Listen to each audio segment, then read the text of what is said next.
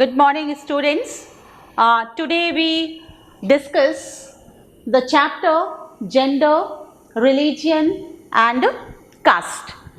So, here gender. The term gender means male and female. Gender, male and female. So here the question arises, what is the work of male and what is the work of female? So here the work of male is earn money for the family.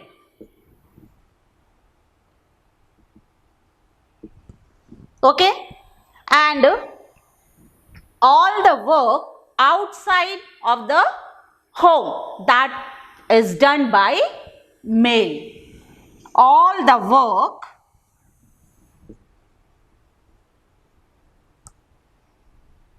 outside of the home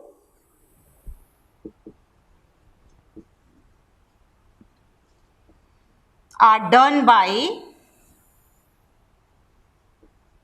male.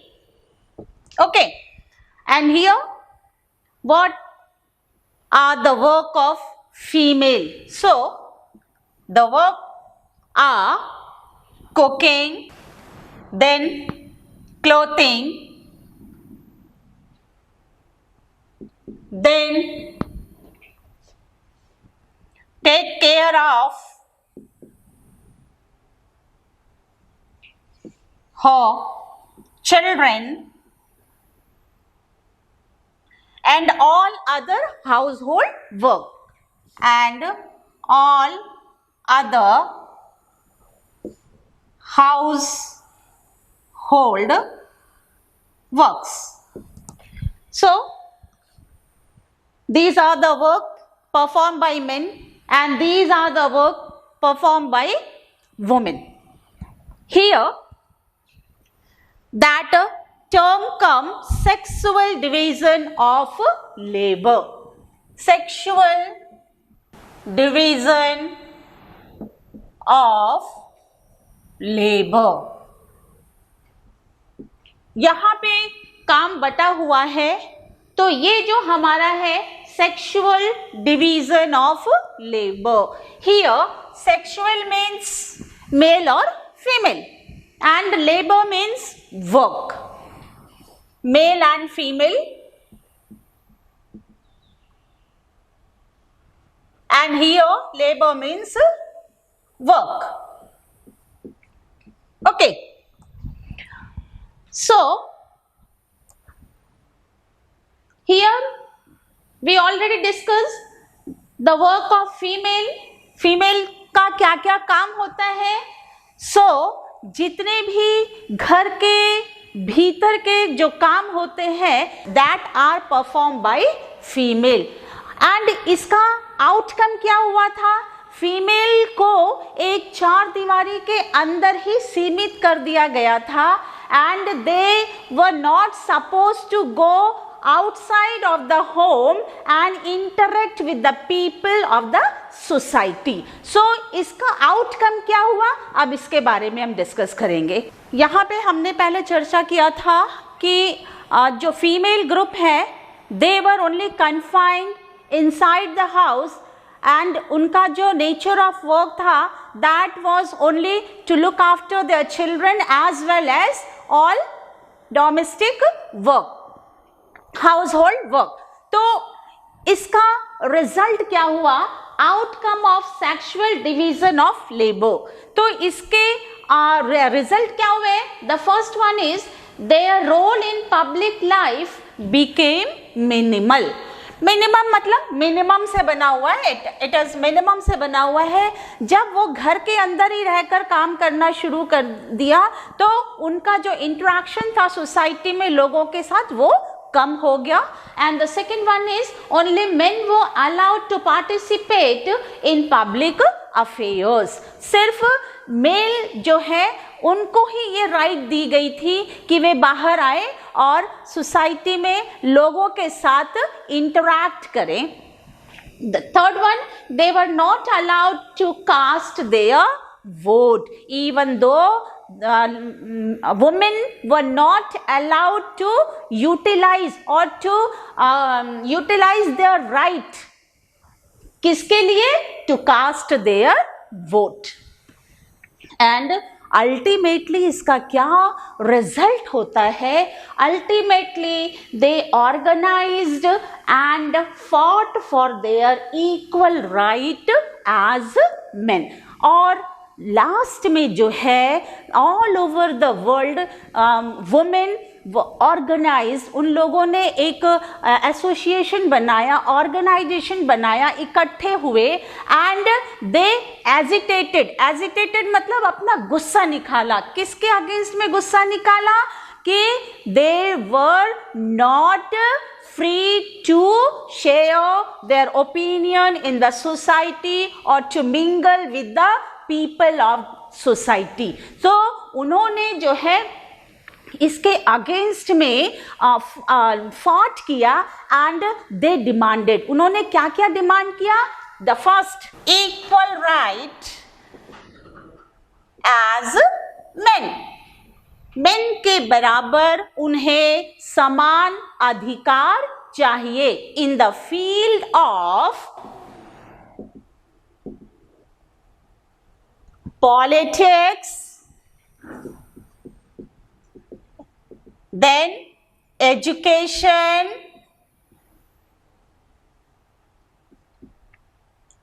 and other social work. So इन्होंने कैसे agitation किया? दे organised, वे एक साथ इकट्ठे होकर. कौन? The women all over the world. And that agitation is known as feminist movement. That is feminist movement. Here the term feminist movement. What is the term feminist movement? Let's discuss this term. Here the term feminist movement. What is the term feminist movement? यहाँ पे definition is given. Feminist movement means agitation demanded political and legal status of women. Legal मतलब यहाँ पे political and legal, न्याय, उनके साथ जो भी हो न्याय हो. एंड पॉलिटिकल मतलब उनको पॉलिटिक्स में भी बराबर का स्टेटस मिलना चाहिए. So this is feminist movement. And here the term feminist, feminist movement मतलब equal status of men and women. So here a women और man believes in equal opportunities and status of men and women in the society or in any nation. ठीक है? मतलब जितना पुरुष को right है या अधिकार प्राप्त है, उतना ही महिला को भी उस समाज में या उस देश में उतना ही अधिकार प्राप्त होना चाहिए. एंड जिस सोसाइटी में equal right, equal opportunity and equal status है, किसका किसका? Men and women, that society is known as feminist society. That society is feminist society. No difference between men and women. Okay? Now come to the next topic. Our next topic is The status of women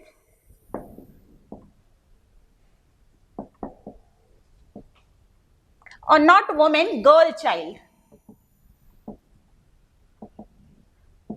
in India. In India. India में girl child और you can say women का क्या status है, कैसा इनका status है. First one, Bharat after independence, India जो है वहां पे जो लेडीज एंड फीमेल उनकी कंडीशन कैसी थी, they were suppose to be remain inside the home. So status क्या थी, इक्वल नहीं थी, किसके, पुरुष प्रधान के, मेल के. So first one, the India still a male dominated society. Male dominated society मतलब पितृ प्रधान सोसाइटी.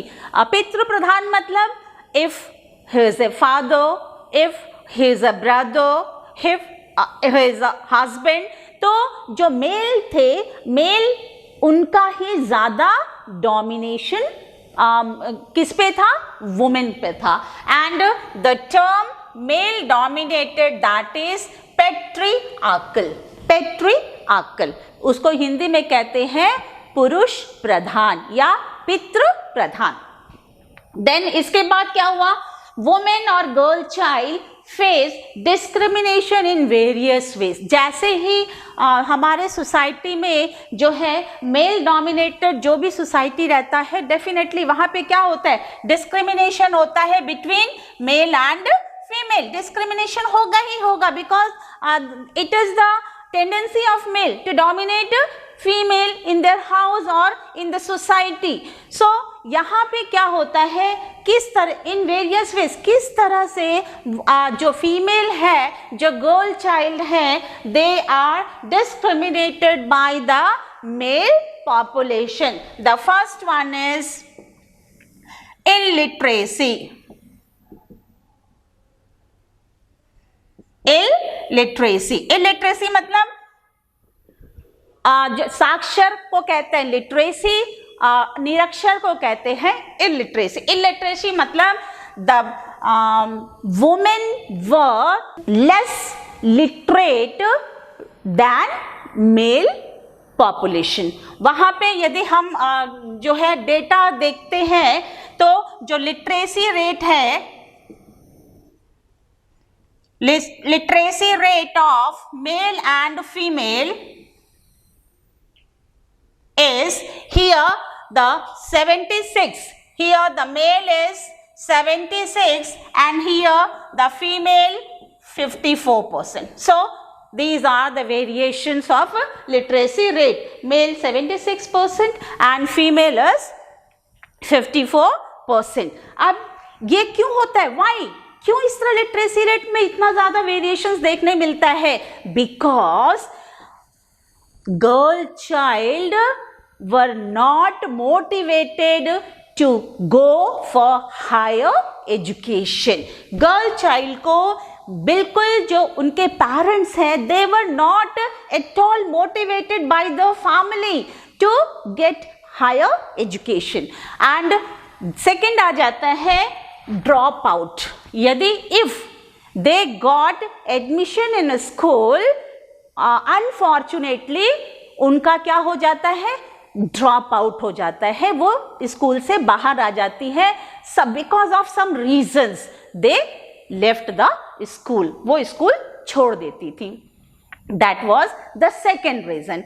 द थर्ड रीजन क्या होगा, दैट इज सेक्स रेशियो. किस तरह से यहाँ पे डिस्क्रिमिनेशन किस किस तरीके से होता था. The first one is the literacy rate shows. Literacy rate खुद बता रहा है कि किस तरह से डिस्क्रिमिनेशन किया जा रहा था. बिकॉज द मेल और the boy are motivated to join a school and motivated for the further study, for the hard study, but here the female or the girl child were not at all motivated to go for higher education. So second है that is sex ratio. If you see the data of sex ratio of different states of a country, you found that female as compared, the girl child as compared to boy child, the ratio of girl child is less.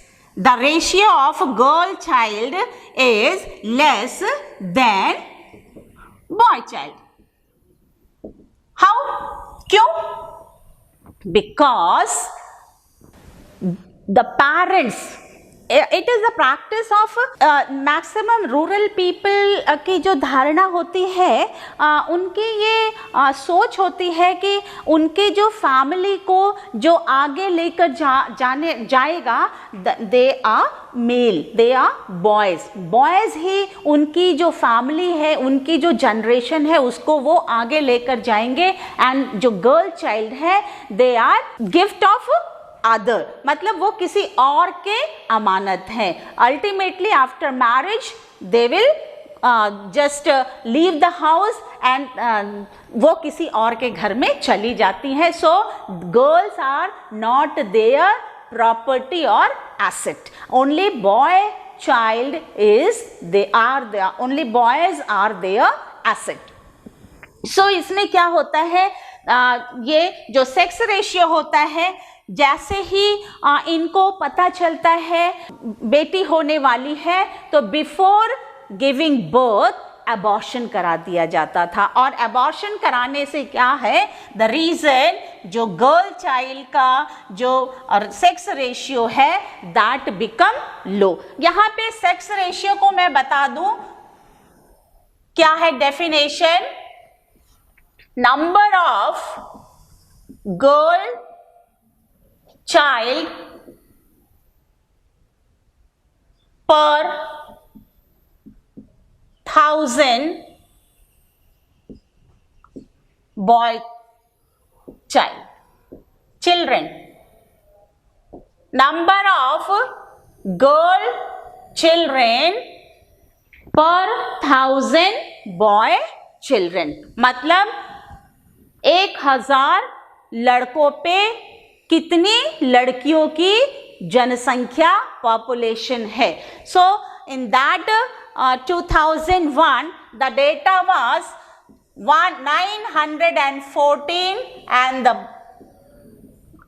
Population of boy children वो 1000. 1000 लड़कों पे the population of the girl children वो only 914. But लेकिन यहाँ पे मैं ये बता दूं, अभी हमारा जो कंसेप्ट है वो धीरे धीरे चेंज हो रहा है. Now we are just know the importance of girl child. No, girl child भी हमारे लिए उतनी ही जरूरी आवश्यक है जितना कि बॉय चाइल्ड होना.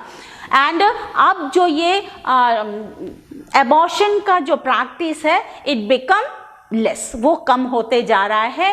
एंड इसका जो बहुत अच्छा एग्जाम्पल यदि आप लोग देखोगे, साउथ के जितने भी स्टेट्स हैं, मैक्सिमम जो साउथ के स्टेट है, यू कैन से तमिलनाडु, यू कैन से केरला, यू कैन से कर्नाटका, यहाँ पे जो सेक्स रेशियो है that is very good sex ratio. मतलब जो बॉय का एंड गर्ल्स का जो पॉपुलेशन है ऑलमोस्ट सेम है. इवन तो you can say in Kerala the girl children are more than boy children. तो लड़कों से ज्यादा जनसंख्या किसकी है, गर्ल चिल्ड्रन की. So they know the importance of girl child.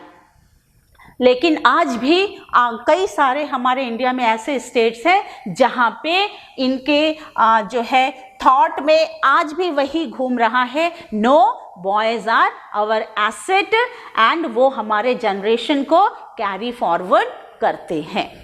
Okay, now come to the next topic. So अब आपको पता चल गया होगा कि ये जो है डिस्क्रिमिनेशन कौन कौन से वेज में किया जाता था. द फर्स्ट वन इज, उनको पढ़ने नहीं दिया जाता था, एजुकेशन के लिए प्रमोट नहीं करते थे.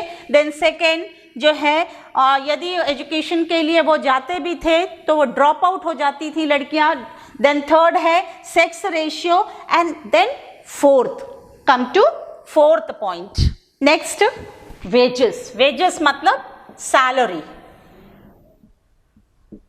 Salary in urban areas, there are two categories of women.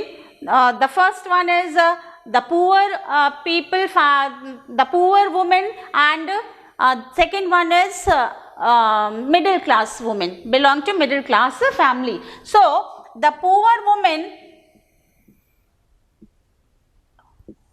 they perform their work in household work. In household work, दूसरे के घरों में जो है वो घर का काम करती है. But in urban area means शहर. In urban area women are engaged in private sector, then unorganized sector,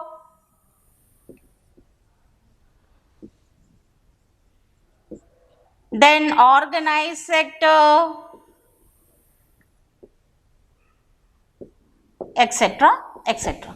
So यहाँ पे मैं अर्बन एरिया में जो वुमेन है they are engaged in private sector, unorganised sector as well as organised sector. But यहाँ पे how they are discriminated, they are getting less salary, less wages as compared to men. But the nature of work is same. The nature of work is same, but the salary the women get is less than men. So यहाँ पे in the year 1976, in 1976, government of India implemented or passed an act, that is Equal Wages Act. In 1976, government of India passed Equal Wages Act. किस लिए?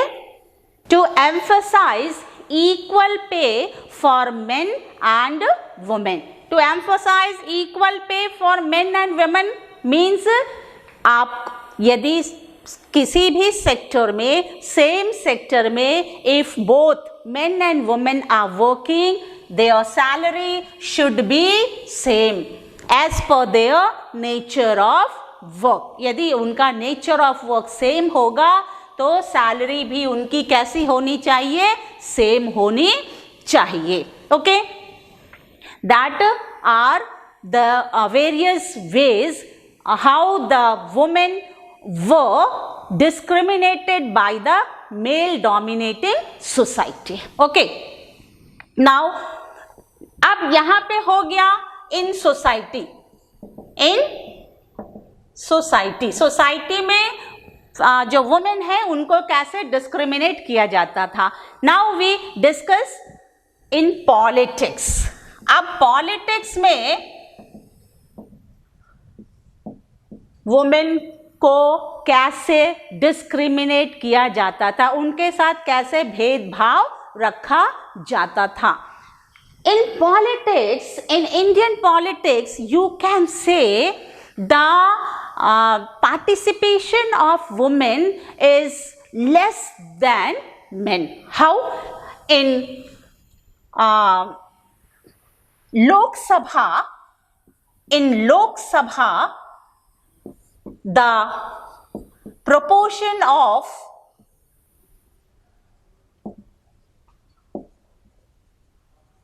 women is only 10%.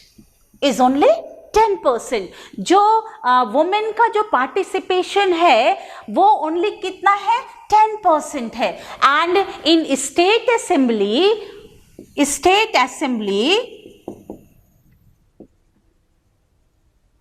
It is only 5%. It is only 5%. देखिए how they are discriminated. In parliament or in Lok Sabha, their seats are only 10%. And in state assembly only 5% their participation. So यहाँ पे जब government of India ने देखा the women are fighting against discrimination, women जो है अब discrimination जो हो रहा है उसके अगेंस्ट में they are fighting. No, feminist society चाहिए, the equal opportunity, the equal status, the equal right. किसके किसके बीच में? Men and women. Then government of India ने जो थर्ड टियर सिस्टम है, that is third tier system, it is PRI, panchayati raj institute. PRI, in other word, you can say local government. Local government. In PRI, local government, their seats are reserved. How much? 1/3 seats. 1/3 seats are reserved for women. For women, 1/3 seat means 1 part. यदि आप 3 part करते हो तो that 1 part जो seat है that is only reserved for women.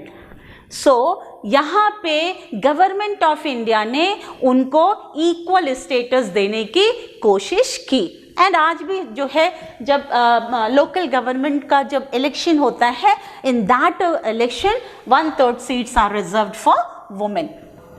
Third tier system, the first tier system is central government, the second tier system is state government, and the third tier system is local government in federal government system. Okay, अब यहाँ पे आ जाता है कि ठीक है, okay, ये 1/3 seat आप वुमेन को दे दिए हो, बट वुमेन जो है still they are fighting for 1/3 seat in Lok Sabha. In Lok Sabha में भी they are fighting to reserve 1/3 seat, and the bill is still pending. इस पे एंड ये नियर अबाउट 1 डिकेड हो गया है, 10 साल हो गए. The bill is under consideration, जो है कंसिडरेशन के लिए रखा गया है, but no action is taken against that bill. So this is the status of women in India. This is the status of women in society as well as in politics. Okay, so here we conclude gender. Now come to the next topic, that is religion and politics. इसके पहले हमने पढ़ा था gender and politics. Gender and politics, it was an universal problem. It was an universal problem और आज भी है. It is an universal problem. But here जो religion है, it is not as universal problem. ये universal problem नहीं है, because बहुत सारे कंट्री में religion के issues होते ही नहीं है, लेकिन कुछ कंट्रीज में जो है आज भी religion के issues होते हैं. सो यहाँ पे बेस्ट एग्जाम्पल देना होगा इंडिया का, because India is a secular country. India is a secular country, जहाँ पे सेकुलर कंट्री मीन्स बहुत सारे धर्म हैं, बहुत सारे लैंग्वेजेस हैं, बहुत सारे रिलीजन है, but no religion and no language is considered as an official language. किसी भी लैंग्वेज को ऑफिशियल लैंग्वेज का दर्जा या स्टेटस नहीं दिया गया है. That is the meaning of secularism. So India is the best example of that secularism. So India is क्या है, there are so many religions and languages in India, है कि नहीं? यहाँ पे जो है जब इंडिया में बहुत सारे लैंग्वेजेस एंड रिलीजियस जो है लोग हैं, तो सबसे पहला डिवीज़न तो होना बनता है, क्योंकि सपोज जो डिफरेंट जो रिलीजन के पीपल हैं उनके पूजा का तरीका कह लीजिए, या उनके जो अलग से जो प्रैक्टिसेस है वो सब अलग होंगे. That because of that practices division तो रिलीजियस डिवीजन तो बनता ही है. लेकिन इस रिलीजियस डिवीजन के होने के बाद भी यदि सब लोग एक यूनाइटेड वे में अपना काम करें, सो वहाँ पे जो है हमारा डिस्प्यूट कॉन्फ्लिक्ट्स वो क्या होगा, बहुत मिनिमम हो जाएगा.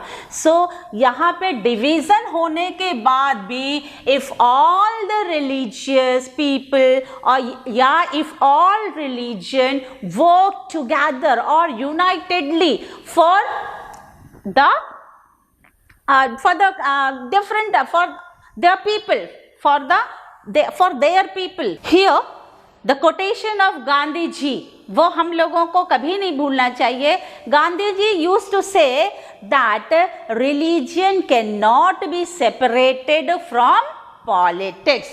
Gandhi ji used to say that religion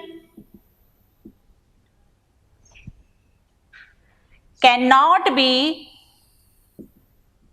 separated from politics.